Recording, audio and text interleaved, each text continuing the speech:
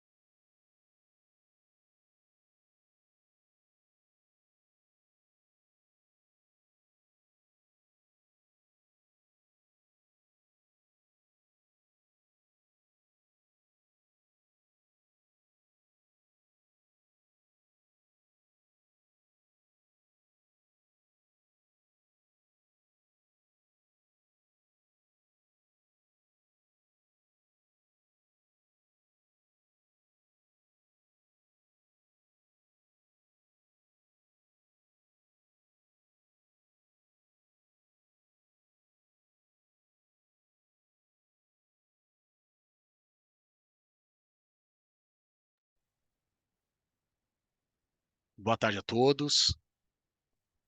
É um prazer estar aqui. Eu sou o Bruno Molino, né, responsável pela Mesa Investors aqui do Itaú Private, né, e um dos coordenadores do Finance Academy, né, que é um programa que a gente montou, né, para os nossos clientes, buscando trazer muito conteúdo, né, aprofundar diversas pautas aqui e temas relevantes do mercado financeiro, né? E isso a gente quebra esse programa em vários módulos que trazem desde investimentos mais tradicionais e básicos até, né, provocações e conversas a respeito de finanças comportamentais, investimentos alternativos.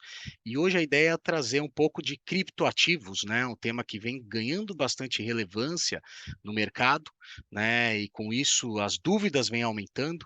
Né? Tanto que em estimativas a gente já vê no mundo algo como um mercado aí de criptomoedas, né? Criptoativos ao redor de 1,5 trilhões de dólares, mais de 400 milhões de pessoas, né, já interagindo com esse tipo de ativo. Então, para isso, a gente está trazendo aqui o Eduardo Ferreira, né, um dos nossos investors aqui do time internacional, que já teve, já trabalhou com um pouco, né, dessa parte de digital assets, né, criptoativos durante um tempo, um período em algumas assets, né, e também a Lara, que é uma responsável, hoje ela é responsável aqui pelo time de digital assets aqui do Itaú. Então, para a gente trazer um pouco mais desse conteúdo, trazer, né, essas dúvidas que vocês, os senhores aqui tiverem. Inclusive eu já reforço aqui que a gente tem aqui o Q&A, né, seria aqui um ícone de questionamentos, então deixem suas perguntas, a ideia é ter este bate-papo. Então passo a bola aqui para o Edu, que vai começar a falar, né, nesse primeiro dia. Lembrando a todos que a gente vai ter hoje, né, falar um pouco mais de uma introdução a respeito de criptoativos, trazer um pouco desse contexto, e amanhã aprofundar um pouco mais, né, desses ativos como um todo. O Edu vai reforçar um pouco mais a respeito, e depois a Lara também traz um pouco dessa temática aqui, olhando sobre a ótica do banco. Tá bom, pessoal? Agradeço muito a participação de todos. Edu, passo a bola. Obrigado aqui pela participação, obrigado pelo seu tempo. Por favor, a palavra é sua. Legal. Então, acredito que vocês já estejam vendo a minha tela, né? Bruno, obrigado pelo convite. Lara, obrigado pela parceria aí para a gente definir os tópicos, acertar as apresentações. Então, Show. só para repassar a agenda, então a ideia é que hoje a gente vai falar sobre fundamentos de blockchain, explicar um pouco sobre fundamentos de Bitcoin. Depois a gente vai falar sobre alguns usos de caso, e é nessa parte da apresentação que a Lara vai entrar, falando de tokens, falando de alguns outros exemplos. Amanhã a gente vai falar sobre as dinâmicas do mercado cripto, volatilidade, etc. Então a ideia é que a gente vai ter uma apresentação aqui em torno de 50 minutos a 1 hora, e depois mais meia hora de perguntas e respostas para vocês. Então a ideia é que seja um debate mesmo, e vamos em frente, que a gente tem bastante conteúdo para falar.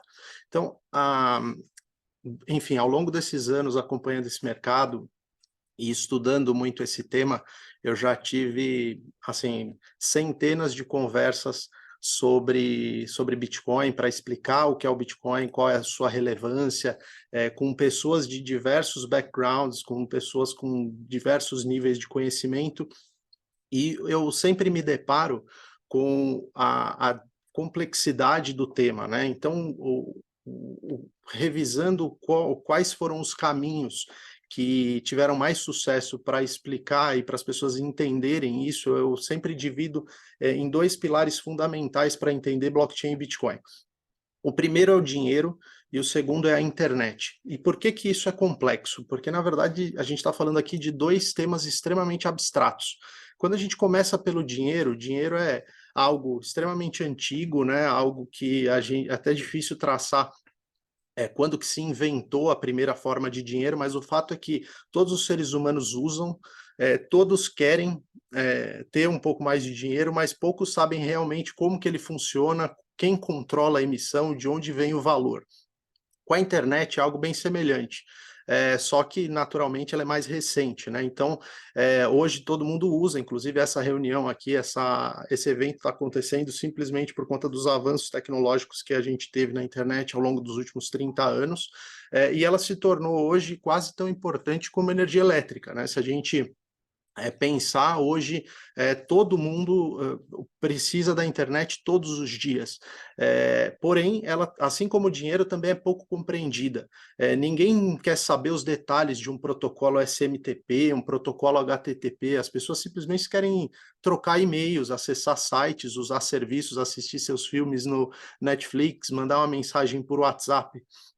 E aí a gente chega no Bitcoin, a gente chega no Bitcoin, que quer ser uma forma de dinheiro na internet. Então, se a gente, se tiver um gap de conhecimento ou uma dificuldade para entender os detalhes de como o dinheiro funciona e como a internet funciona, fica bastante mais complicado para entender o Bitcoin.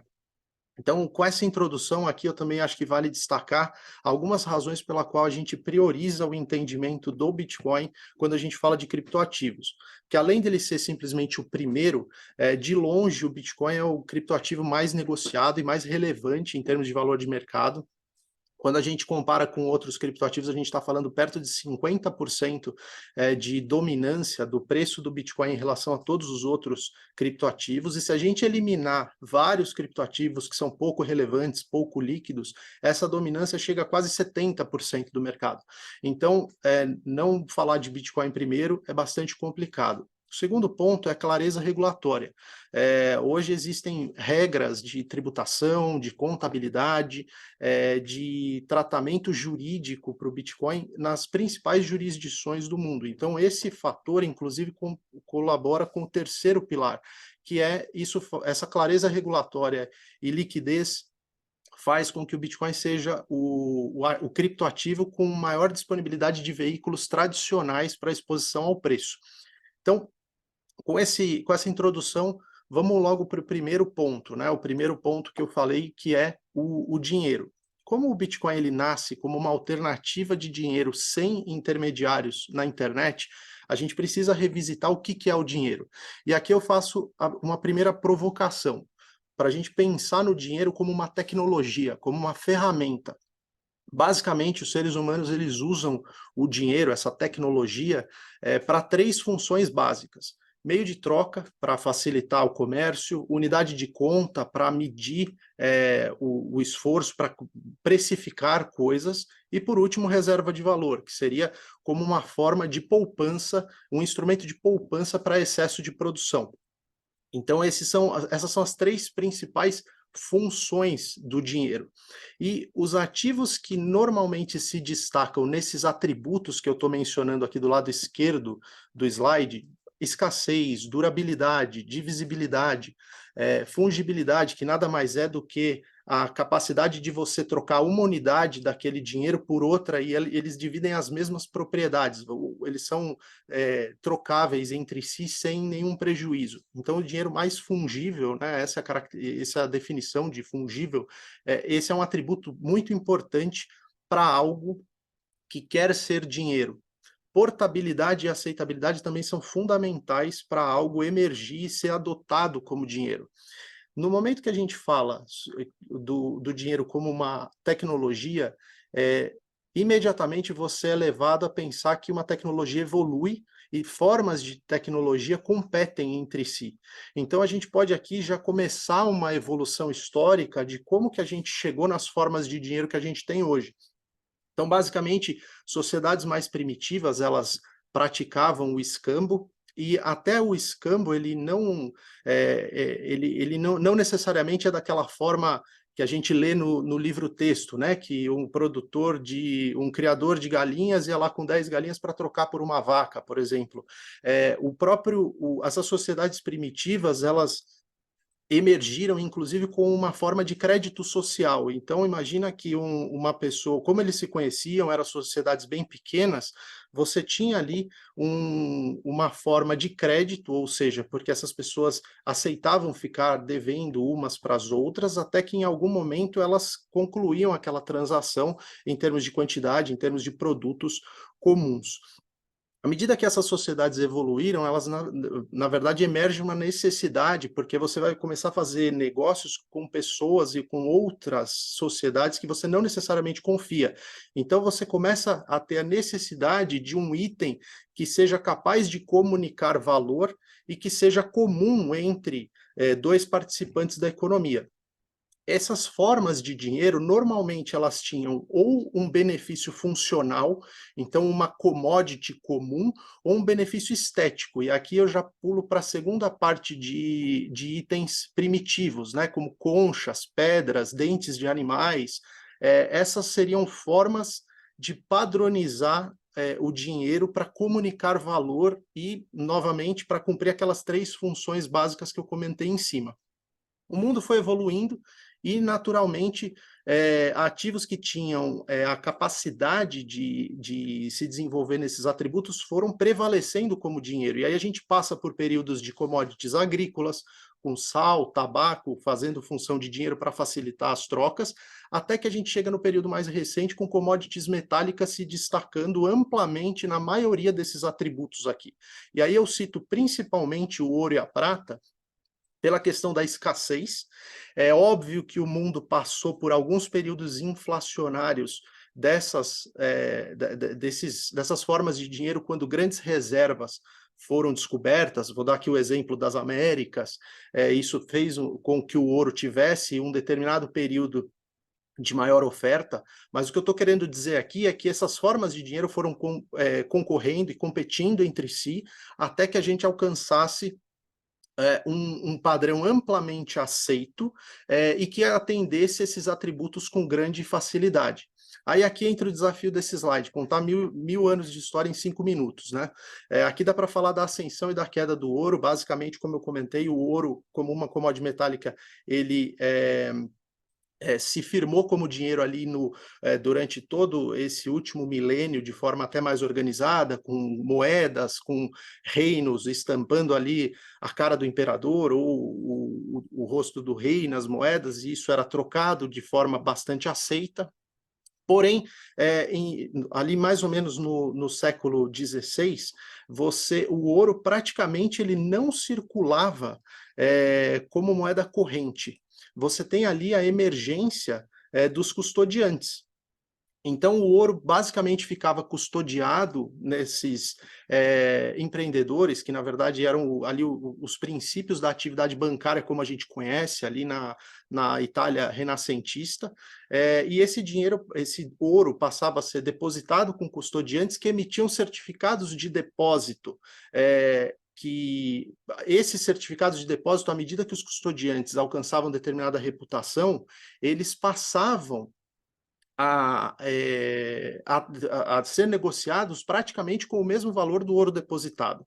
Então aí a gente tem a emergência do papel moeda enquanto forma de dinheiro, porque ele aumentava muito a velocidade da transação e a velocidade do comércio. Então ele tinha uma função muito importante. Ele na verdade, ele foi uma evolução principalmente nos fatores em que o ouro não era tão bom, como, por exemplo, portabilidade, o fato de você transacionar com segurança, etc.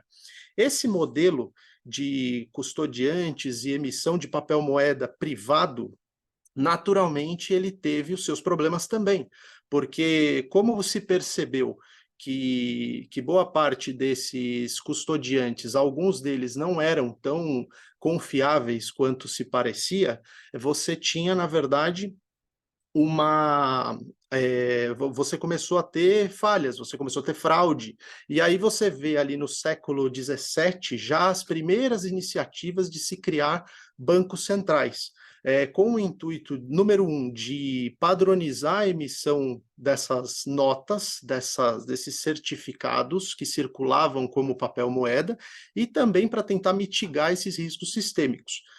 Óbvio que isso não era tão amplamente difundido assim. A gente ainda estava falando de uma era inicial de bancos centrais na Inglaterra, na Holanda, e aí durante o século XIX, quando a gente teve uma forte expansão das telecomunicações, esse modelo de você ter instituições financeiras interligadas à distância e fazendo débitos e créditos nas contas de participantes diferentes da economia para agilizar o comércio, você tem uma expansão enorme desse modelo de reservas fracionárias.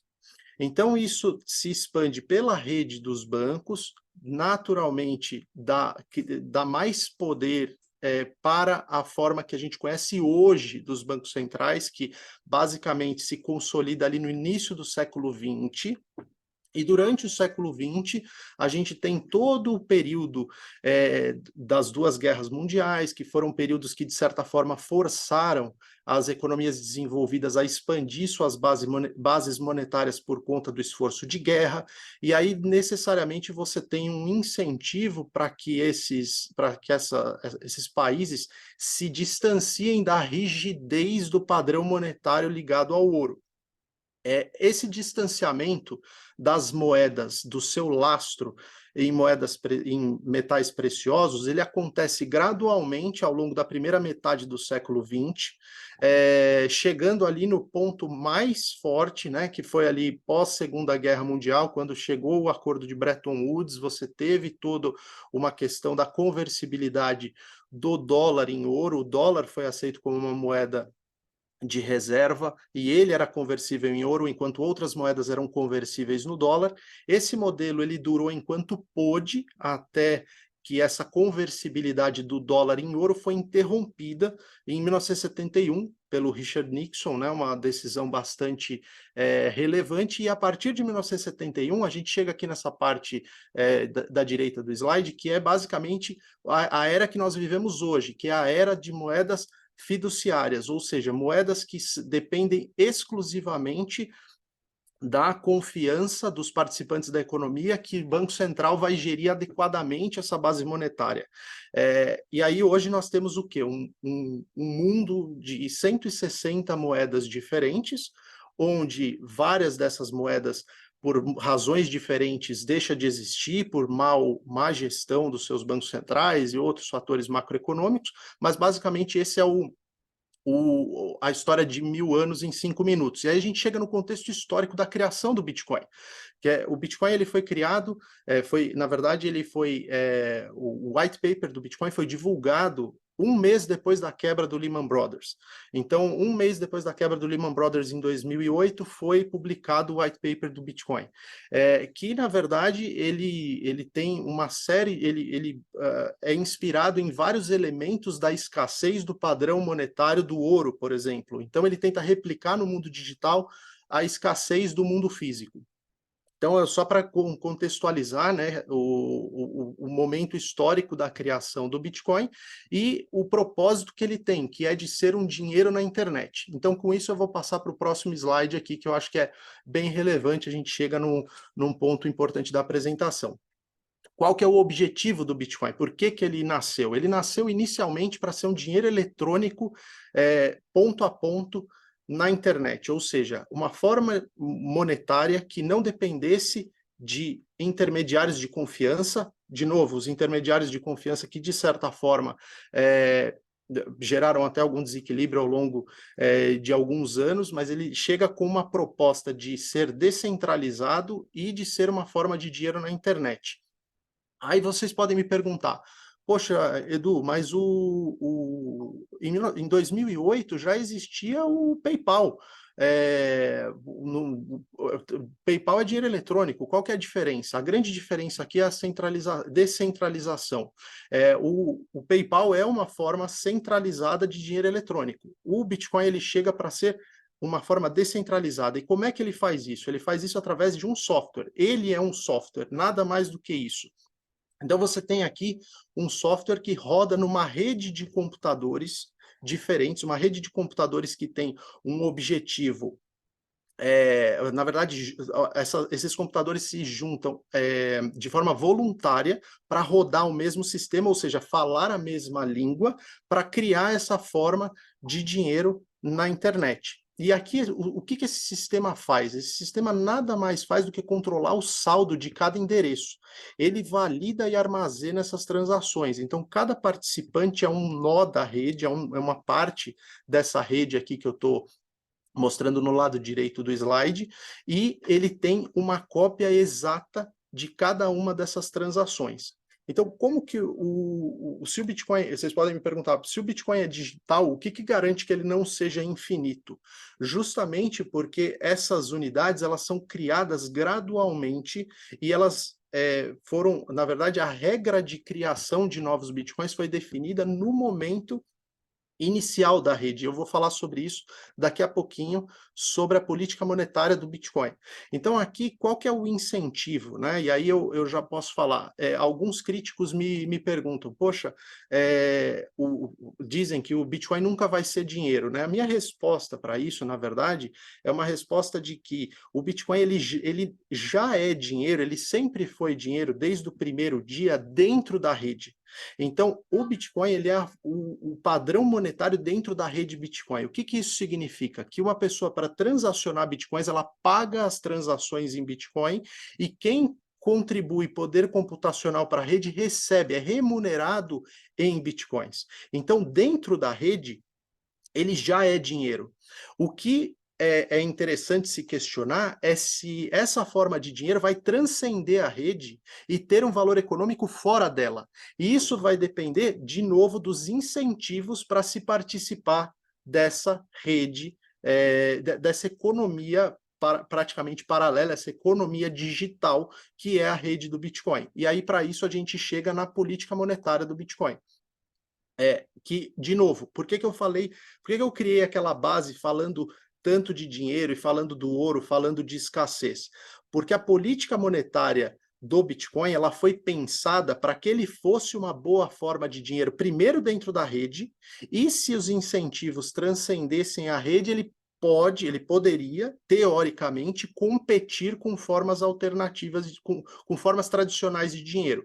Então, vamos falar aqui da distribuição inicial. E aqui é importante entender a política monetária do Bitcoin, assim como de qualquer outro blockchain, porque, mais uma vez, todo blockchain, toda rede de computadores, ela tenta replicar os incentivos econômicos que existem no mundo real. E, para isso, ele tem que ter incentivos para quem participa da rede. Quais são os incentivos no caso do Bitcoin? Um supply, né? Uma oferta conhecida, uma oferta finita de novas unidades e uma política de emissão conhecida e transparente para todos. A política de emissão do Bitcoin ela foi definida no momento que o protocolo foi lançado.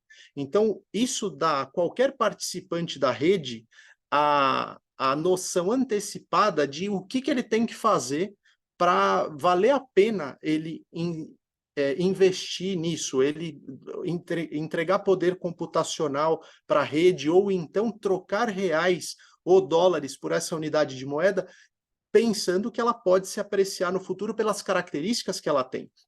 Então, quais são as regras de emissão do Bitcoin? Serão 21 milhões de Bitcoins gerados ao longo dos próximos anos. Então, a rede começou em 2009, e como a criação de novos Bitcoins ela cai pela metade a cada aproximadamente 4 anos, essa oferta ela é reduzida. Então, ela começou com 50 Bitcoins por bloco minerado, ou seja, 50 Bitcoins a cada 10 minutos. Depois de 4 anos, ela passou a 25. Depois de 4 anos passou a 12,5, e agora nós já estamos na quarta época do Bitcoin, na verdade, que nós estamos já em 6,25 Bitcoins por bloco, e em abril do ano que vem nós teremos mais um momento de redução pela metade dessa oferta. Então isso dá essa previsibilidade da regra de emissão, ela oferece uma transparência interessante, e o mais importante é ela não se alterar ao longo do tempo. Então aqui é outro paralelo que a gente tem de confiabilidade para que a gente possa comparar o Bitcoin com outras formas de valor. Então, como eu falei, esses são os incentivos aos participantes. Outros pontos importantes para se levar em consideração quando a gente fala de blockchain no geral, é a gente falar da quantidade total, que eu já comentei, 21 milhões de Bitcoins, e a quantidade em circulação. Basicamente, hoje a gente tem já emitidos em torno de 19 milhões e meio de Bitcoin. E outro ponto importante para a gente falar aqui é da concentração de posse, porque isso também pode afetar o valor, né, a avaliação do valor de um ativo digital. Com relação ao Bitcoin, era isso que eu queria falar. Agora eu quero expandir um pouco a interpretação, porque o Bitcoin ele tem um propósito muito claro, que é ser dinheiro, um propósito monetário. A gente vai falar mais disso. Agora eu vou abrir o conceito e falar um pouco mais de blockchain. Por que é importante a gente entender essas regras? Eu não falei que blockchain é um software. O Bitcoin é um software, o Ethereum é um software, outros blockchains são um software. Softwares são criados por pessoas, e pessoas administram esses sistemas. Então é importante saber quem é que tem influência nesses sistemas para ditar os rumos do desenvolvimento da tecnologia. A tendência é que essas redes comecem super centralizadas e aos poucos elas vão se descentralizando. Para dar o exemplo de novo do Bitcoin, o Bitcoin começou super centralizado com o Satoshi. Ao longo dos primeiros quase 2 anos de desenvolvimento, ele tinha alguns voluntários, mas o Satoshi concentrava boa parte das decisões, e aos poucos esses voluntários foram tendo mais funções, e basicamente quando ele desapareceu ali no final de 2010, hoje o Bitcoin ele é tocado por um exército de voluntários, e mesmo esses voluntários não têm o domínio sobre o protocolo. O máximo que eles podem fazer é sugerir uma mudança, e cada nó da rede voluntariamente decide se aceita aquelas mudanças ou não. Então, avaliar a estrutura de descentralização de um blockchain é fundamental para entender o valor que ele traz. Agora eu vou passar um pouco sobre usos de caso de blockchain. Começando aqui falando de um conceito super importante que blockchain tem um valor importante, que é a parte de posse. No mundo que a gente vive, a posse ela é muito ligada à nossa identidade e a intermediários de confiança. Então, se vocês pararem para pensar por um minuto, os imóveis que vocês têm, os carros que vocês têm, as ações que vocês têm na sua conta da corretora, a posse está diretamente ligada à sua identidade e a um intermediário de confiança controlando quem é o dono de quê. Então, quando há uma transação, uma pessoa vende um imóvel para outra, tem um cartório que vai confirmar e vai aceitar essa mudança mediante assinaturas, confirma a identidade do vendedor e a identidade do comprador, e a partir daquele momento o comprador é o novo dono do ativo. Então, no mundo do blockchain, você tem a possibilidade de fazer essa verificação de posse sem a necessidade de um intermediário de confiança, somente através de assinaturas digitais. Então, o Bitcoin, por exemplo, ele faz isso. Uma pessoa que transfere o Bitcoin do endereço A para o endereço B, ela não precisa, não tem nenhuma empresa validando que ela é dona daquele Bitcoin. O que valida que ela é dona daquele Bitcoin é a assinatura da transação. E essa assinatura da transação é verificada pela rede, porque cada um desses nós tem um histórico completo de cada transação desde a primeira. Então, acho que essa aqui é uma das grandes revoluções do blockchain, que é o que pode derivar em outros usos de caso. E aqui, antes de passar para minha colega Lara, queria fazer um resumo, né, aqui desses principais tipos de ativos.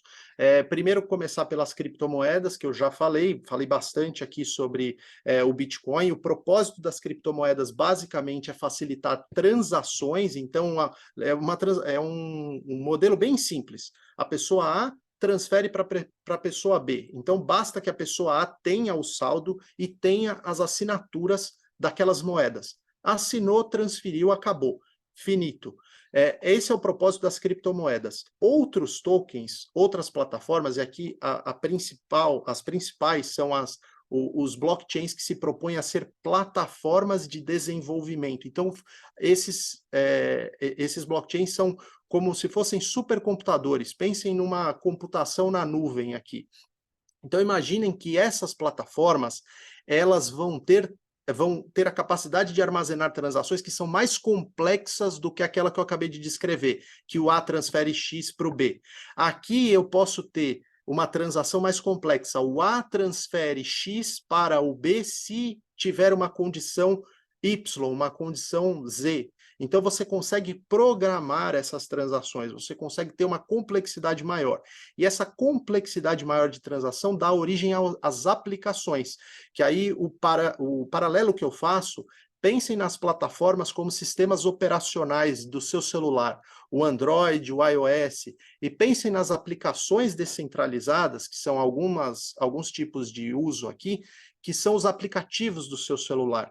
Então, aqui eu vou passar a bola para a Lara, porque eu tenho certeza que ela vai conseguir ilustrar com mais exemplos esse mundo dos tokens e dos outros blockchains. Show de bola, Edu. Obrigada. Vou só compartilhar minha tela aqui para mudar os slides.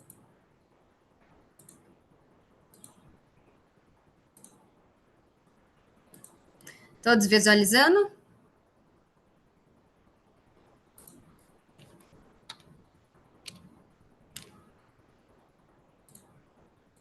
Tá todo mundo vendo, gente? Estão conseguindo me ouvir?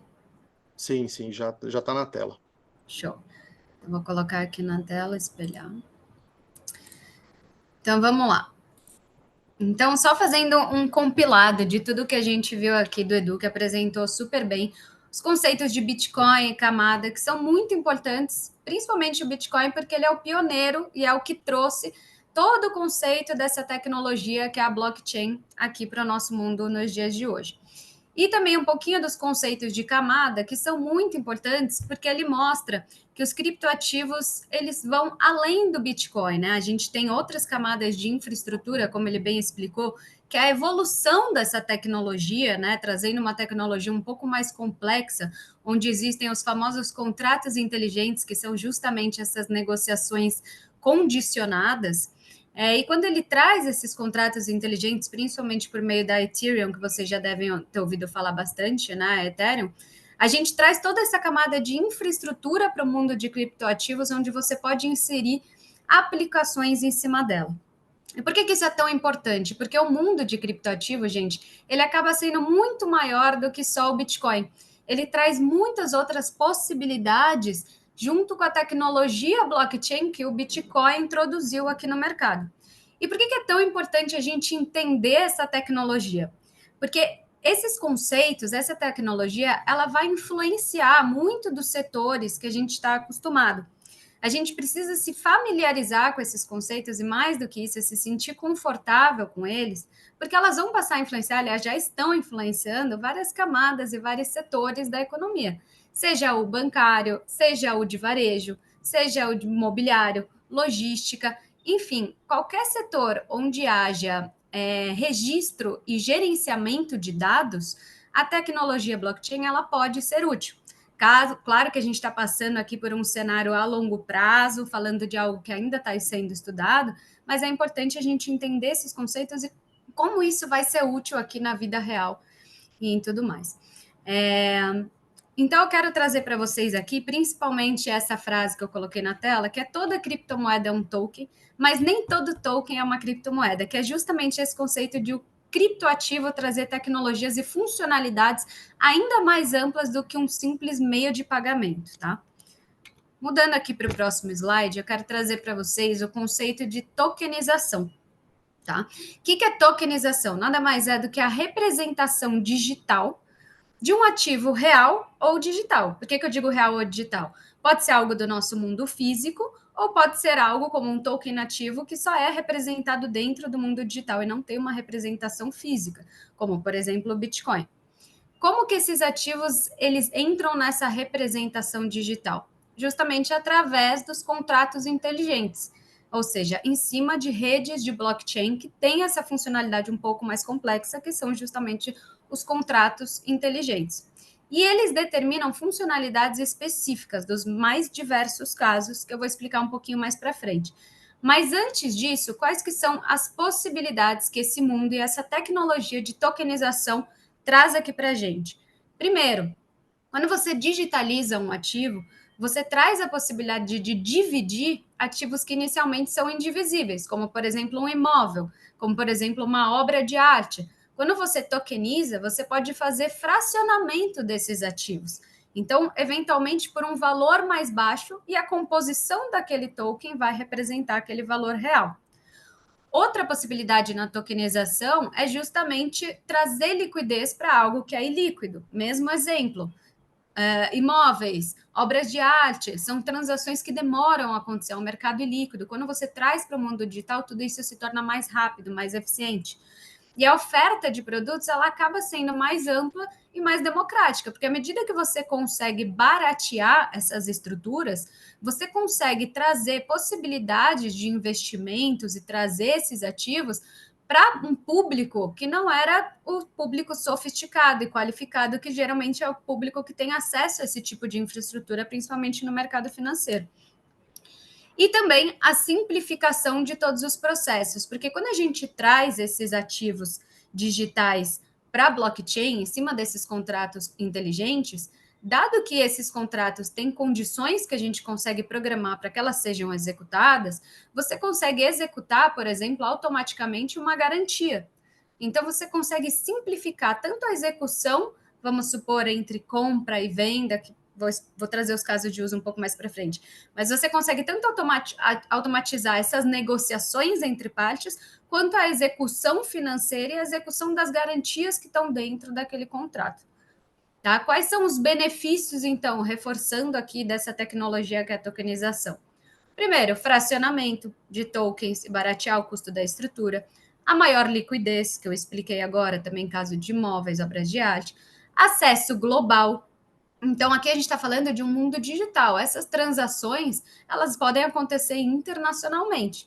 E principalmente a eficiência, porque toda essa tecnologia, ela traz uma potencial redução de intermediários, processos burocráticos, o que possibilita uma maior agilidade dessas negociações, a gente consegue transacionar mais rápido, criar a infraestrutura de uma forma mais rápida e com menos custos.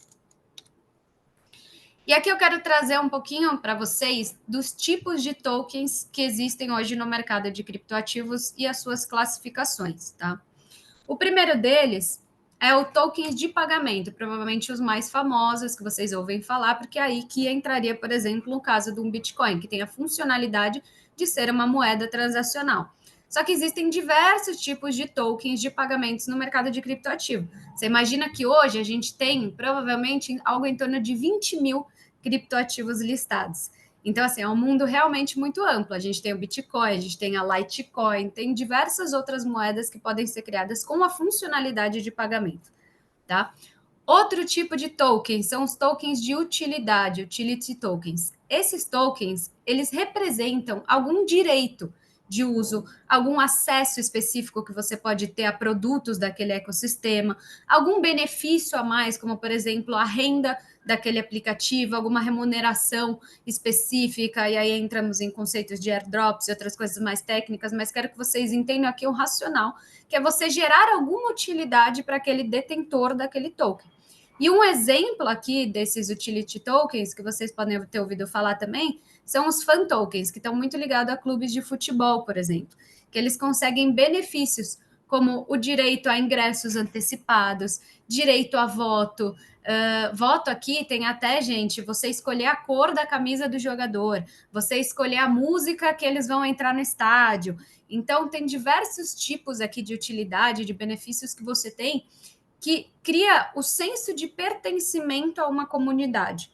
Por exemplo, aquele fiel torcedor que já tinha em times, sei lá, o Corinthians ou coisa assim. Então, aqui a gente tem um token que traz uma utilidade para quem detém aquele token, para ele se sentir pertencente ali de uma comunidade. Outra classificação são os security tokens, né? Os tokens de segurança na tradução. Aqui gira em torno todo aquele mundo um pouco mais complexo sobre eles serem classificados como ativos mobiliários e, consequentemente, terem a regulação da CVM, da SEC nos Estados Unidos e tudo mais.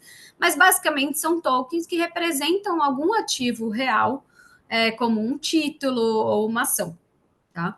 E, por fim, as NFTs, que é um mundo que já teve um hype também, que já teve bastante informação na mídia, que é a representação de um ativo digital, só que com características exclusivas, características únicas. Então, aqui entram as obras de arte, entram música, qualquer coisa que confira uma autenticidade, uma exclusividade.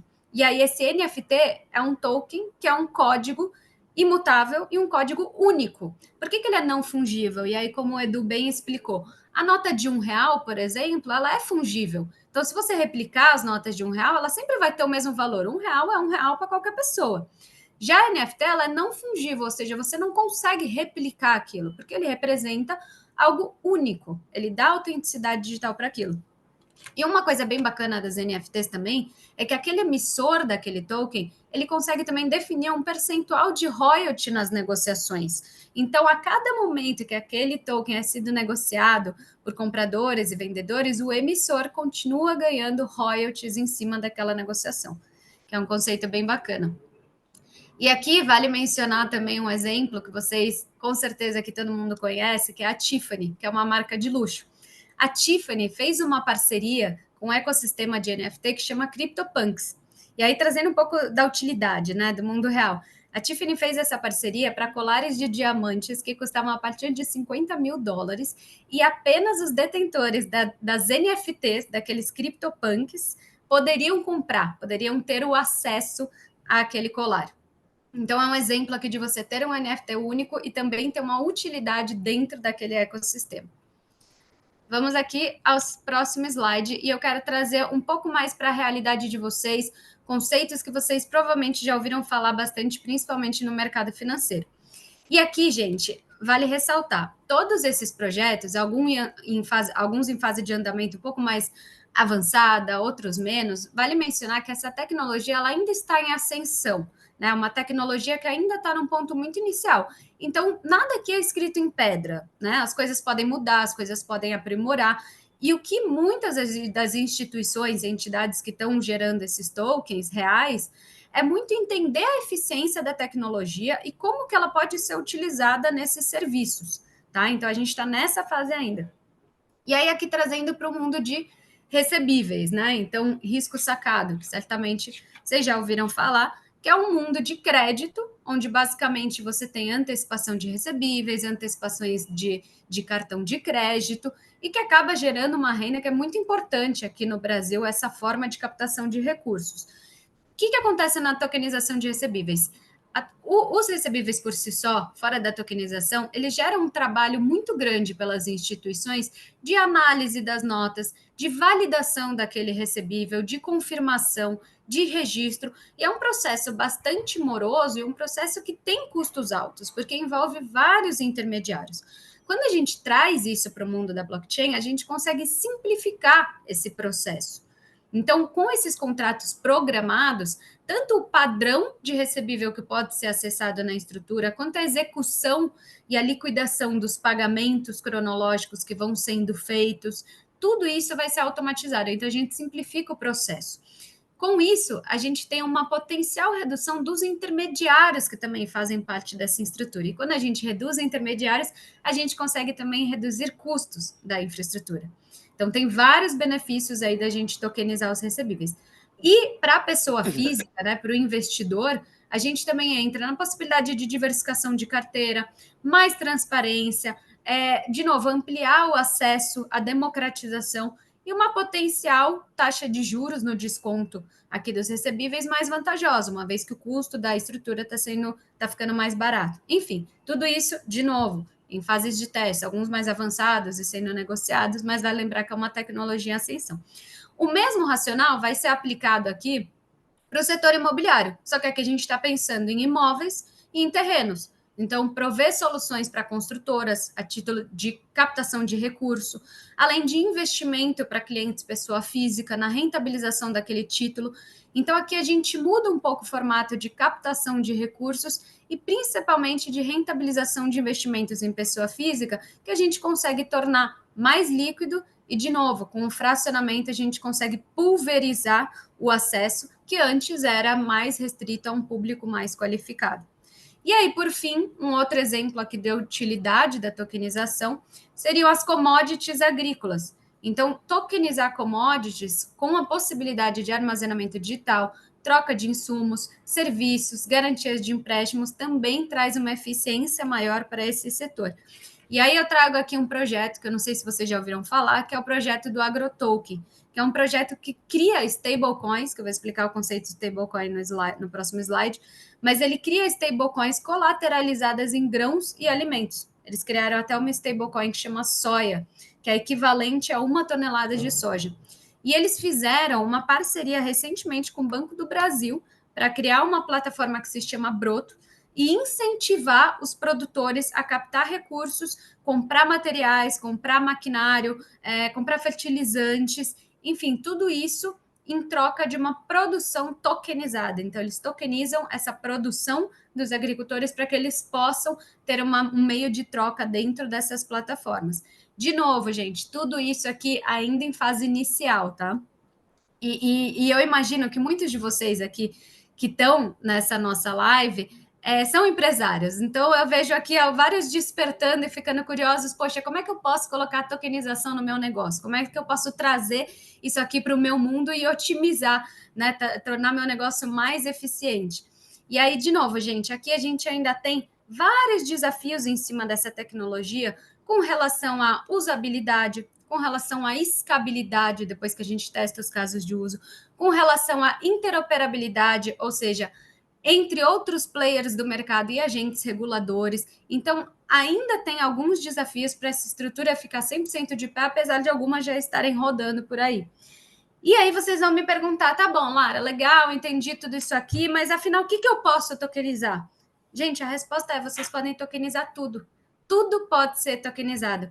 A pergunta certa não é se eu posso tokenizar. A pergunta certa é o que vale a pena ser tokenizado.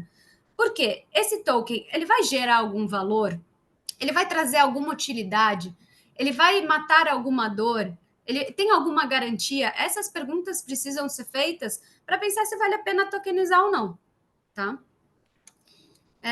Não quero me estender muito aqui, mas deixa eu pular para o próximo slide, vocês vão brigar comigo que eu vou tirar o tempo das perguntas. Mas trazendo mais um tipo de token aqui para vocês, e também muito conhecido são as stablecoins, e que vocês vão ouvir bastante falar daqui para frente por conta de outros motivos que eu vou explicar mais para frente. Guardem essa informação. As stablecoins, o que elas são? Nada mais é do que uma moeda digital, ou seja, com objetivo transacional, que busca paridade com algum ativo tradicional estável. Então, elas são principalmente atreladas a moedas soberanas, mas também existem stables atreladas a ouro ou a commodities, como eu acabei de explicar no caso anterior. E elas são desenvolvidas com alguns objetivos principais. O primeiro deles, tornar as transações digitais viáveis. Então, gente, precisa de alguma comunicação do mundo off-chain, que a gente fala desse mundo real, desse mundo físico, com o mundo on-chain. E para trazer essa compatibilidade, para viabilizar isso, a gente precisa de um ativo estável, que seja um meio de valor para você pensar como que você vai executar outras compras, enfim, todas as interações dentro desse ecossistema digital. O segundo motivo que elas surgiram, para contornar a volatilidade inerente do mercado de criptoativos. Então, como vocês sabem, o mercado de criptoativos, sim, é uma loucura, ele oscila muito todos os dias, a cada minuto, por motivos que a gente vai explicar, por sinal, na apresentação de amanhã. Mas a volatilidade, por enquanto, e por um bom tempo, vai ser inerente a esse mercado. Então, para contornar toda essa volatilidade, a gente precisa de uma moeda mais estável. E principalmente também para facilitar as transações entre as exchanges. Então, para você fazer uma operação dentro de uma exchange e ser obrigada a resgatar o dinheiro para transferir para outra, seria um processo também que demoraria, que teria mais custos. Então, elas nascem para facilitar essas transações também entre as plataformas. E aqui, gente, eu quero trazer alguns conceitos muitíssimo importantes dentro desse mercado de stablecoins, tá? Elas são emitidas por entidades privadas, tá? E elas não são reguladas. Elas podem ser ou não colateralizadas. O que significa isso? Elas podem ou não ter uma garantia por trás para conseguir manter aquela paridade. Algumas têm, outras têm em partes, tipos de garantias diferentes, e outras podem ser até geridas por meio de algoritmos que vão manter essa paridade num equilíbrio de oferta e demanda, num processo de mintar mint and burn, que a gente chama, que é criar e retirar tokens da cadeia. Mas simplificando, o que eu quero dizer com isso? Qual que é o risco aqui? A gente não tem hoje muita clareza com relação a essas garantias dessas stablecoins emitidas por entidades privadas, tá? Então, isso traz um risco ainda para esse tipo de ativo, porque por mais que ele busque manter essa paridade com o dólar, que a gente fala 1 para 1, pode correr o risco de essa paridade em algum momento ser quebrada. Então, é muito importante ter a consciência disso. E aqui eu trouxe duas moedas principais, as mais conhecidas aqui, que é a USDT, né, a Tether, e a USDC. A primeira, ela costuma ser bastante contestada aí pelo mercado e criticada pelo mercado pela capacidade que ela diz ter dessas reservas, né, em moeda soberana para garantir essa paridade. E a segunda, criada pela Coinbase, que está um pouco mais próximo aí do regulatório, desse mundo regulatório, então tem um pouco mais de confiança do mercado, mas ainda assim ela diz ter uma reserva equivalente em moeda e em obrigações governamentais, né, ou seja, títulos públicos, dentro da composição ali para garantir aquela paridade também do dólar. E eu trouxe esses números aqui de 89 bilhões de dólares e 24 bilhões de dólares, que são, respectivamente, o valor de mercado de cada uma, tá? E aqui eu quero trazer para vocês, gente, um último conceito que também é bastante importante e que a gente vai ouvir muito falar daqui para frente, porque todo mundo está se movimentando. Quando eu digo todo mundo, são todos os bancos centrais ao redor do mundo, eles estão se movimentando em cima dessas iniciativas. Então, de novo, muito importante que a gente se familiarize com esses conceitos e esteja confortável com eles, porque eles vão aparecer muito aí no dia a dia de vocês, tá? Quando a gente fala aqui sobre CBDCs, o que é CBDC? Central Bank Digital Currency, ou seja, uma moeda emitida por um banco central. Às vezes vão falar, Lara, então é uma moeda digital, é a mesma coisa que stablecoin? Não, são coisas completamente diferentes, tá? Por quê? A stablecoin, de novo, ela é emitida por uma entidade privada num mundo que não é regulado. Já a CBDC, ela vai ser emitida por um banco central.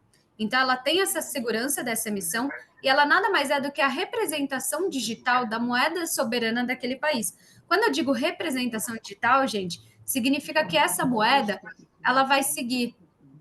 Eu acho que tem alguém com o microfone aberto aí. Voltando aqui. Então, o conceito aqui, a gente está falando de uma moeda que é emitida por um banco central e a CBDC nada mais é do que a representação da moeda fiduciária de um país. Então, ela vai seguir os mesmos fundamentos e a mesma política monetária da moeda oficial daquele país. Então, é um conceito bem diferente de stablecoins, tá? Apesar de ambos utilizarem a tecnologia blockchain. Só que qual que é a diferença aqui? A CBDC, gente, ela não vai usar a blockchain descentralizada, igual o Edu comentou para vocês de como é o funcionamento daquilo. A blockchain descentralizada, ela tem N computadores ao redor do mundo, mais de 100 mil computadores no caso do Bitcoin, que vão ter acesso àqueles dados e que vão participar daquela rede. Quando a gente fala de uma blockchain privada e não pública, que vai ser o caso dos bancos centrais, ela vai ser emitida dentro de um ambiente 100% regulado e, de novo, com a emissão por um único player, que vai ser o Banco Central, tá? Uma emissão por uma autoridade reguladora. E aí, passar um pouco para vocês aqui do porquê que essas moedas foram criadas, né? Por que elas nasceram e por que isso está tomando uma proporção tão grande no Brasil e ao redor do mundo. Primeiro, surge uma demanda crescente aí por novas formas de transações, né? Pelos trilhos não convencionais, que são justamente as transações digitais. E a gente precisa de um ativo que faça a compatibilidade desse mundo físico com o mundo digital. Como não tinha isso, as stablecoins eram as formas mais utilizadas, mas, de novo, são moedas que não são reguladas. A gente precisa de algo compatível e que seja seguro, tá? Porque dá para perceber que na sociedade está cada vez mais digitalizada, seja porque a pandemia intensificou esse processo, mas a gente vê esse rumo de uma digitalização maior, cada vez mais no nosso mundo, e a gente precisa de algo que viabilize essas transações dentro desse mundo digital. Isso é um dos motivos que a CBDC surge. Segundo motivo, novos arranjos competidores surgem. Então, a partir do momento que se observa entidades privadas tomando as rédeas, criando moedas e substituindo o papel dos reguladores nos arranjos monetários, opa, a gente tem um problema. E aí eu gosto de lembrar até do caso do Facebook, que foi um alerta em 2019, quando o Mark levantou a mão e falou, olha, eu vou criar aqui a Libra, que vai ser a moeda transacional aqui no mundo digital. Quando a gente tem uma empresa privada, como o Facebook, o Meta, né, que tem uma influência tão grande aí no mundo digital, falando que vai criar essa moeda privada e eventualmente substituir ali o papel de um regulador, poxa, a gente tem um problema sério.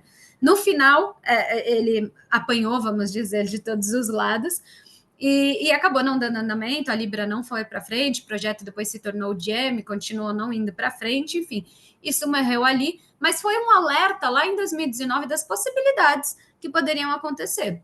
E, mais uma vez, as autoridades monetárias ao redor do mundo começaram a se mobilizar a respeito disso, né? E foram incentivadas, por sinal, a fazer isso, a começar a procurar novas moedas digitais. E outro ponto importante aqui, bastante relevante, foram os avanços da China com o Yuan digital, que, por sinal, já está em curso. Né? A China, um país bem pequenininho, com uma população bem pequenininha, que não faz quase diferença no mundo, lançou o Yuan digital e que desde, na verdade, 2022 foi bastante incentivada e divulgada nas Olimpíadas de Pequim de 2022, onde eles disseram que isso já está em curso e já pode ser utilizado. E o Undertone ele está mais focado em varejo, mas mesmo assim a gente está falando aqui sobre possibilidade de transações internacionais com a moeda da China. Então, isso traz tanto um risco à hegemonia do dólar, que é a moeda hoje mais utilizada nas transações internacionais, quanto principalmente ele traz uma mudança ali no tabuleiro mundial, né? Então, isso traz mais alertas aí aos bancos centrais ao redor do mundo. Enfim, agora falando aqui de iniciativas pelo mundo. Temos mais de 100 países que representam hoje mais de 95% do PIB mundial explorando esse tema. E, inclusive, 10% já lançaram a sua moeda mercado. Já está ali em testes com a população. Bahamas, Nigéria e China foram pioneiros nesse caso, focado principalmente em soluções de varejo. E países mais desenvolvidos, em geral, têm explorado mais aplicações de atacado. No Brasil, aqui, a gente já fez uma solução bem bacana e por sinal, muito inovadora com o Pix. E o Pix solucionou muitos nossos casos de meio pagamento, de meio transacional, mais de varejo, ali para você pagar as coisas rapidamente. Então, o nosso estudo específico aqui da CBDC, ele vem com outro viés, que aí eu vou explicar um pouquinho mais para frente. Mas trazendo o status aqui Brasil para vocês terem ideia.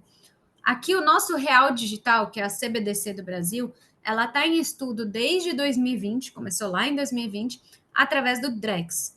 O Drex vai ser a plataforma do Real Digital. E, inclusive, o Banco Central já está falando mais do Drex como o próprio Real Digital. Então, quando vocês ouvirem Drex, pensem em Real Digital.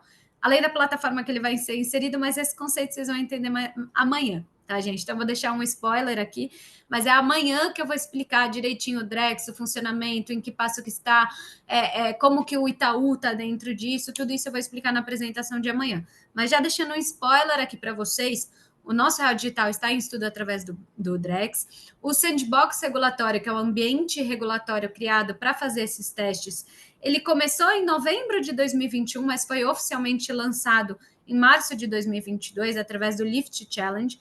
O Lift Challenge foi uma colaboração entre diversos players, instituições financeiras, fintechs, startups, todo mundo se juntou ali com o Banco Central para criar casos de uso, para criar um MVP, para trazer iniciativas de como poderia ser feito e quais dores o Real Digital poderia combater.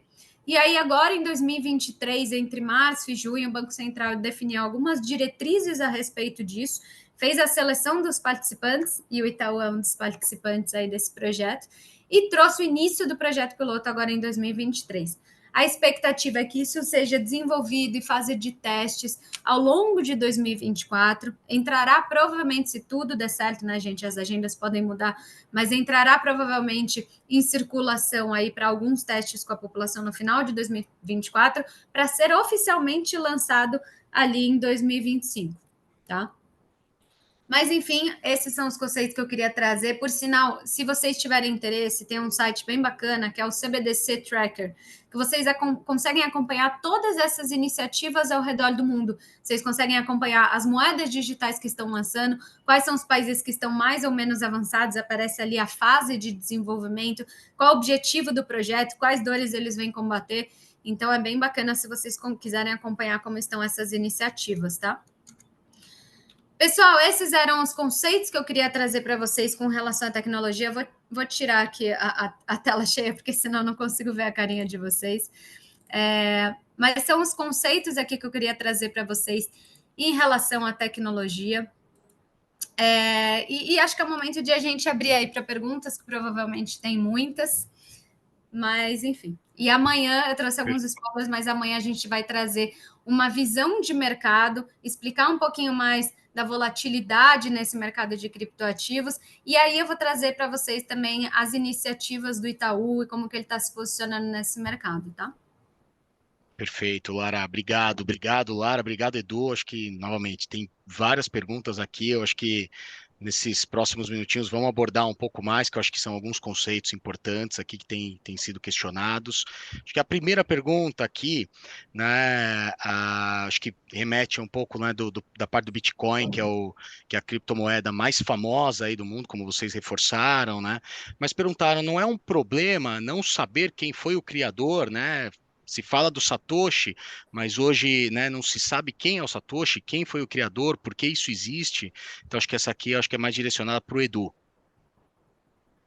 Eu posso começar aqui, aí se a Lara quiser complementar, ou a Show. Camila também, fiquem à vontade.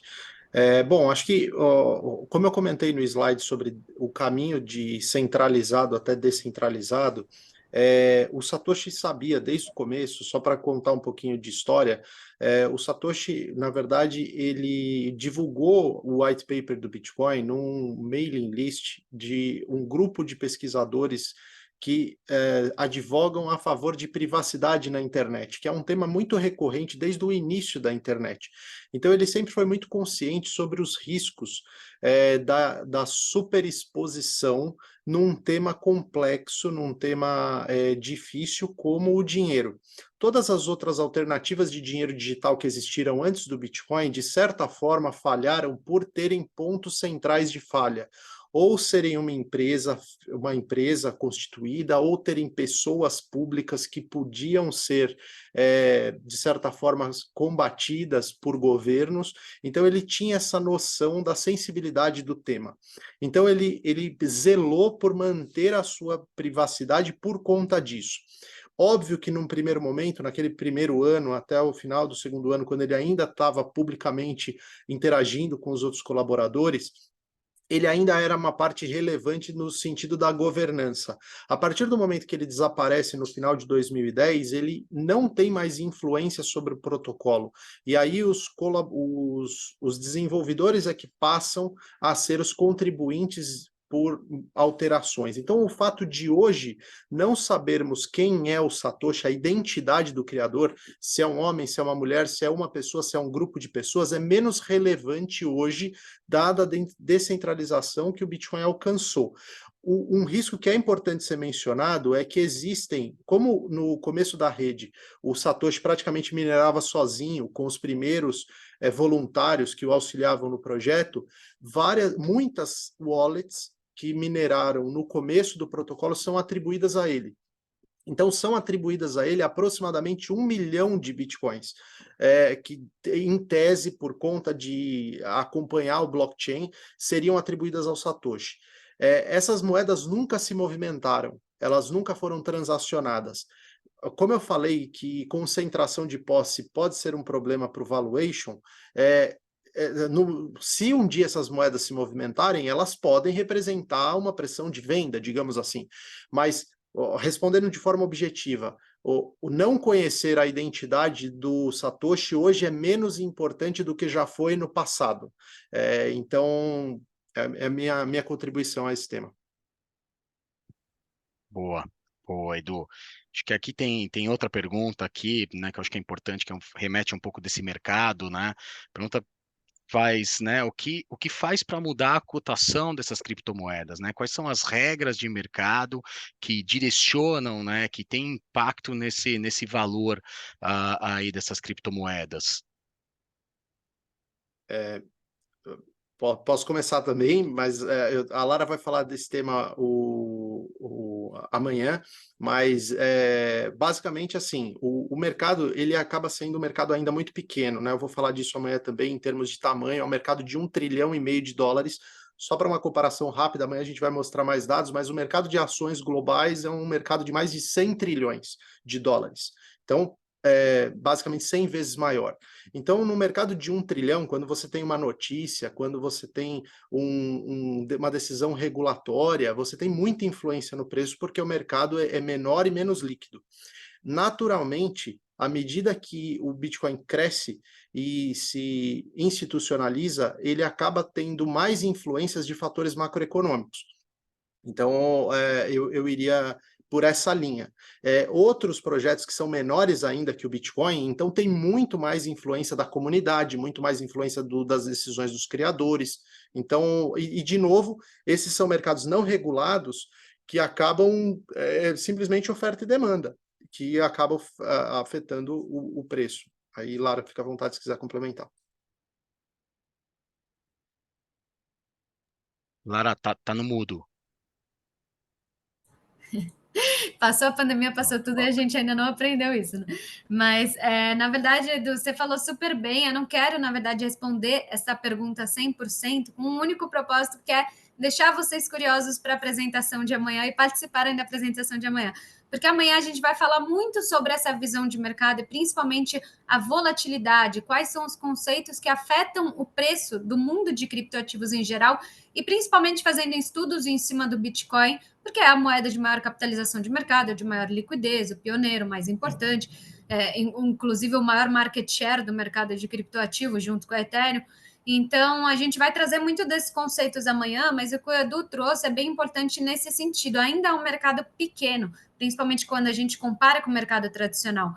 Dito isso, as oscilações são mais abruptas porque todo e qualquer fator influencia muito no preço, seja por notícia, seja um fator macroeconômico, seja fatores intrínsecos aos próprios protocolos, então de regras de política monetária do Bitcoin, da Ethereum, tudo isso vai influenciar bastante nos preços, mas o resto eu vou deixar para amanhã. Eu acho que só puxando o gancho, tem uma pergunta bacana aqui que remete ao que você explicou, Lara, que é com relação ao stablecoin, né? Quais são os principais desafios, né, que tem e como que o stablecoin, né, ele funciona? Qual é esse papel dele com relação à estabilidade do mercado dos criptoativos? Acho que vale, né, um tema que você começou a trazer. Acho que essa pergunta vai muito nessa linha. Tá. As stables, elas vêm justamente com esse propósito de trazer a estabilidade dentro de um mercado que é tão volátil. Então, ela faz isso trazendo a paridade para a moeda soberana, seja dólar, seja euro ou outros tipos de ativos estáveis, e ela tem justamente esse objetivo. Só que quais que são as dificuldades e os desafios? Por não ser um mundo regulado, a gente não tem tanta transparência da composição dessas stables. Então, para ela ter essa paridade, ela precisa de alguns mecanismos, seja por meio de uma garantia, um colateral, né? E aí o mais, vamos dizer, seguro seria ela ter exatamente toda aquela reserva, por exemplo, de dólar guardada numa instituição financeira para conseguir manter a paridade de 1 para 1. Mas não é isso que acontece. A gente tem moedas que têm parte, por exemplo, em reservas de fiat, que é essa moeda direta. A gente tem stables que têm parte em títulos públicos federais, partes em empréstimos. E a gente tem um outro mecanismo também, que é o mecanismo dos algoritmos. Então, por que eu estou dizendo tudo isso? Relembrando esses conceitos, porque isso mostra que esse mundo ainda tem uma certa fragilidade, tanto em termos de composição e segurança, quanto em termos de regulação, porque elas são emitidas por empresas privadas.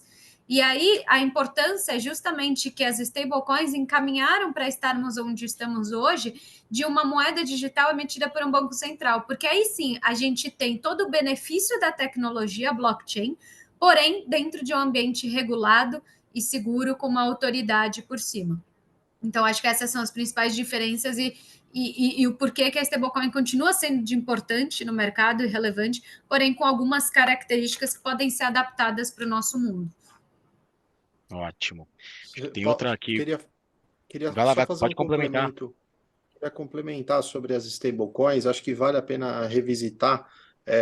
A Lara falou sobre isso no slide dela, mas eu acho que vale a pena destacar, estressar esse ponto aqui, que a razão pela qual as stablecoins nasceram lá de cara, lá em 2013, 2014, no princípios das exchanges, era porque existia um interesse, uma vontade de explorar as oportunidades de arbitragem entre diversas corretoras, diversas exchanges, e mover o dinheiro de uma exchange para outra, passando pelo sistema financeiro tradicional, era quase impossível.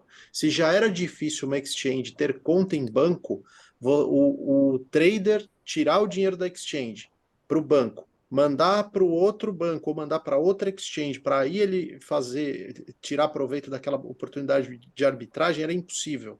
Então aí o que surgiram? Surgiram os primeiros empreendedores que criaram empresas que aceitavam depósitos de dólares e emitiam esse token representando os dólares que eles tinham na conta bancária, E aí algumas exchanges lá no princípio passaram a aceitar esses tokens de stablecoins para facilitar a transferência de saldo entre as corretoras. Então você conseguia transferir um dólar eletrônico com a mesma velocidade que você transferia um Bitcoin, desde que a exchange A e a exchange B aceitassem a mesma stablecoin.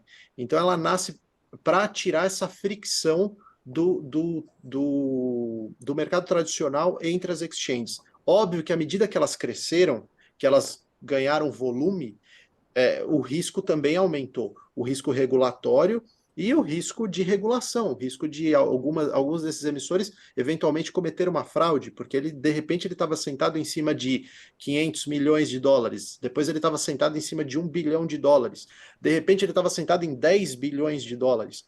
Hoje o mercado de stablecoins é um mercado de 100 bilhões de dólares, então não é pouco dinheiro. Então veja que é um mercado muito sensível. Então só queria fazer esse adendo. Show. Ótimo. Acho que mais uma aqui, né, que eu acho que do ponto de vista aqui da parte de instituições, né, uma pergunta bem interessante, que é como a adoção institucional de criptoativos tem evoluído e qual é o potencial impacto disso no mercado, né? E eu acho que também em complemento dessa parte de instituição, né, o Itaú tem planos para ser custodiante ou uma corretora de Bitcoin?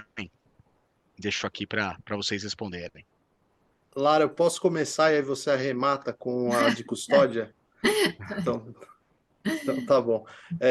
Assim, a trajetória dos institucionais no mercado, ela é bem, assim, é até engraçado, porque, na verdade, o Bitcoin, os criptoativos foram os primeiros ativos onde a pessoa física tem acesso primeiro à forma mais pura de exposição ao preço do que o institucional. Normalmente é o contrário. Normalmente os institucionais criam a forma de acessar um determinado ativo até que se chega à opção do varejo de investir. No caso dos criptoativos, você começou ao contrário. Você tem primeiro as pessoas físicas podendo comprar o ativo diretamente, e aí você tem o interesse começa a despertar nos institucionais. Só que esse interesse ele foi aos poucos sendo, como eu posso dizer, endereçado, porque as exchanges, as corretoras, elas não eram reguladas, então nenhum administrador de fundo, nenhum gestor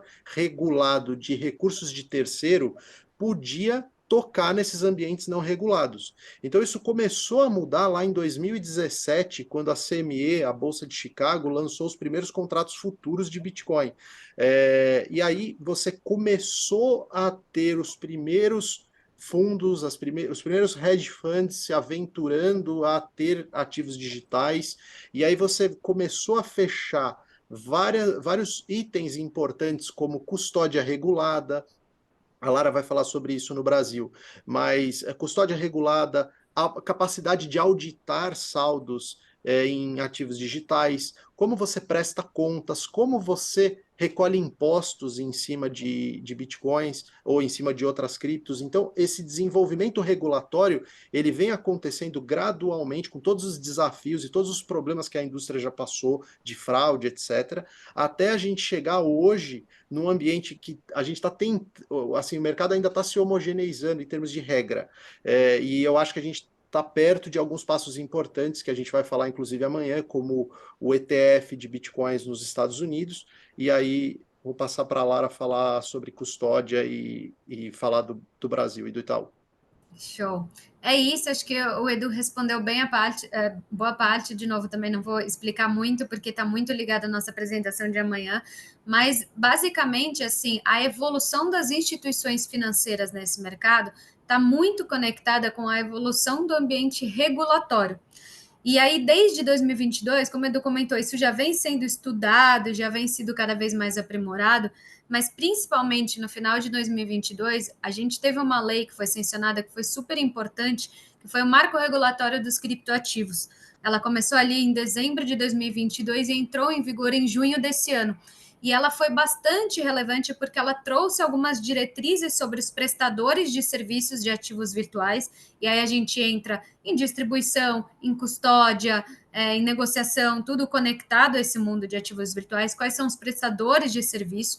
e ela trouxe uma importante autorização prévia para as instituições financeiras, que fez com que todas as instituições pudessem agora evoluir ao disponibilizar esses recursos para investidores. Então, questionando sobre o Itaú, eu não gostaria de falar sobre isso hoje, mas já que perguntaram, eu vou falar.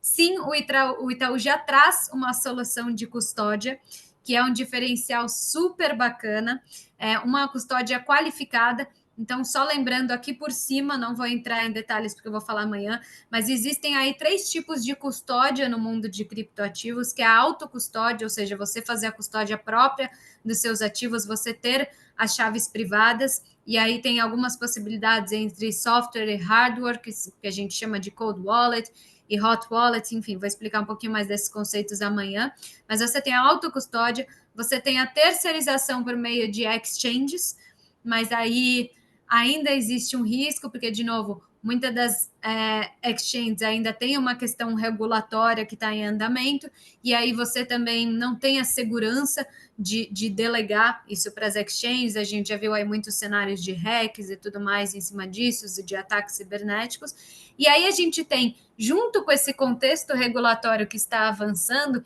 a possibilidade de expandir as custódias qualificadas, que é justamente o que a gente faz aqui dentro do Itaú. Então, hoje a gente tem essa solução de custódia qualificada disponível para os investidores aqui dentro do Itaú. Não vou dar muito spoiler sobre isso, porque vem amanhã, mas a gente já desenvolveu essa solução e é importante entender que o avanço regulatório está diretamente conectado com a possibilidade de ter essa solução em instituições financeiras tão renomadas e principalmente tão seguras quanto o próprio Itaú, que é o maior banco privado aí da América Latina. Então, você tem aí toda a segurança do Itaú em cima dessa custódia de criptoativos, trazendo toda a expertise do mercado tradicional para um mundo de criptoativos que é bastante interessante. E aí, amanhã eu dou mais detalhes para vocês ficarem curiosos e aparecerem. Ótimo, ótimo, Lara. Inclusive, né, isso é bastante recente, né? Saiu agora no valor a Exatamente. respeito. Não, perfeito. Tem uma pergunta aqui, né? O Edu, logo no início, trouxe a introdução do ponto de vista de dinheiro, né? Trocas, enfim. E uma pergunta aqui bem interessante também com relação: existe algum lastro para uma criptomoeda? Sendo que esse é um ponto importante quando a gente se fala, né, de dinheiro. Então, vamos lá. Então, vamos partir, vou só recapitular um ponto de que hoje as moedas fiduciárias, elas não têm um lastro físico. Elas simplesmente são, o valor delas decorre da confiança dos participantes da economia de que os bancos centrais serão responsáveis em relação à condução da política monetária. Então, não existe mais lastro físico ou de commodity nas moedas fiduciárias. No que diz respeito às criptomoedas, elas também não têm um lastro físico exatamente per se. Quando a gente fala do Bitcoin, por exemplo, a gente pode utilizar como referência de lastro, não no conceito de lastro, mas ele exige um certo uso energético, ele exige o consumo de recursos do mundo real. Então você precisa dedicar equipamentos para isso, você precisa dedicar energia elétrica. Então o lastro ele viria do custo de produção, mas não há um vínculo de valor. A gente falou sobre as stablecoins. As stablecoins, de certa forma, são lastreadas pelo saldo que essas empresas emissoras da stablecoin administram. Então, esse seria o lastro aqui que a gente pode comentar sobre cripto. Eu estou vendo aqui uma pergunta, Bruno, não sei se você já viu essa última aqui sobre... Sim, Ah, não sei se você perfeito. vai fazer Eu essa ia da colocar Binance aqui. exatamente essa. Trouxeram aqui, né, o nome aqui, enfim, de uma corretora, mas acho que aqui é uma pergunta muito mais no geral, né? O quanto desse mercado ele depende de algumas grandes corretoras, né? Uhum, uhum. Alguns grandes players que fazem com que esse processo de trocas entre moedas digitais ocorram, né? Então, o quanto que isso pode ter impacto, né, no investidor ou na pessoa que está afim, né, de ter essas moedas digitais, o quanto que isso impacta através dos processos regulatórios e legais, né? Como que vocês veem isso nessa parte desta evolução? Assim, hoje, em termos de volume, realmente a corretora que foi mencionada aqui, no caso da Binance, hoje, quando ela, pelas métricas que a gente acompanha, ela é hoje considerada a maior corretora em termos de volume spot, que é aquele volume que se troca, por exemplo, dólares por cripto, ou stablecoins por cripto. Quando a gente olha para. Porém, ela não é regulada oficialmente em nenhuma jurisdição. A Coinbase, por sua vez, ela é regulada nos Estados Unidos e em diversos lugares que ela participa. O que a gente notou nos últimos tempos, depois dos processos que a Binance vem respondendo em algumas jurisdições, é que o volume dela, principalmente de derivativos, caiu significativamente. No mês passado, o volume de derivativos da CME, da Bolsa de Chicago, superou pela primeira vez o volume de derivativos negociados em exchanges não reguladas. Então, isso dá a entender que, à medida que o mercado se profissionaliza e tem mais amparo regulatório, que o fluxo tende a migrar, caso esse volume institucional entre, de fato, como dá algumas indicativas de seu caso, o mercado dependeria menos de players não regulados. Então, essa é a indicação que a gente tem. Só complementando um ponto bem para finalizar, acho que o Edu explicou super bem, principalmente a entrada de players, mas citando o que aconteceu recentemente com a Binance, isso foi até bem visto pelo mercado em termos de fazer uma limpeza e possibilitar um avanço regulatório cada vez mais aprimorado. Então, todas essas questões que foram mencionadas aqui, de aspectos legais e tudo mais, e processos, elas são boas no sentido de cada vez mais aprimorar esse mercado. De novo, toda a tecnologia em ascensão vai ter desafios, e quando você tem, vamos dizer, limpezas como essas que estão acontecendo com a Binance e tudo mais, você faz com que os bons players regulados e que estão em linha e de acordo com o que a gente espera para o mercado de criptoativos, vão se sobressaindo, vão ganhando market share, e novos players vão surgindo dentro de todo esse contexto para tomar a partida e fazer distribuição, custódia, enfim, todos os serviços de ativos digitais.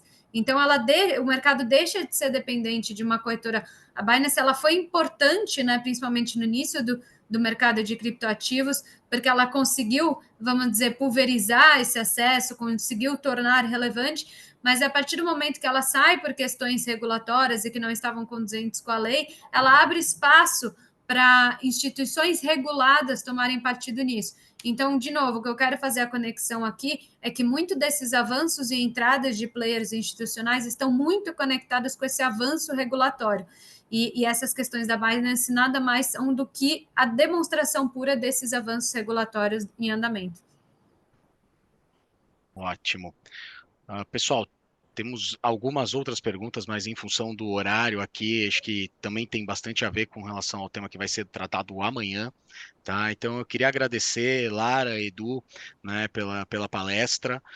E a gente conta bastante com vocês para continuidade, né, dessa apresentação no dia de amanhã, onde a gente vai abordar muito mais temas do mercado, falar muito mais sobre preços, né? Então a gente aguarda todos vocês amanhã nesse mesmo horário, tá? E vocês vão receber o link amanhã também, né, com relação ao Zoom para poderem participar.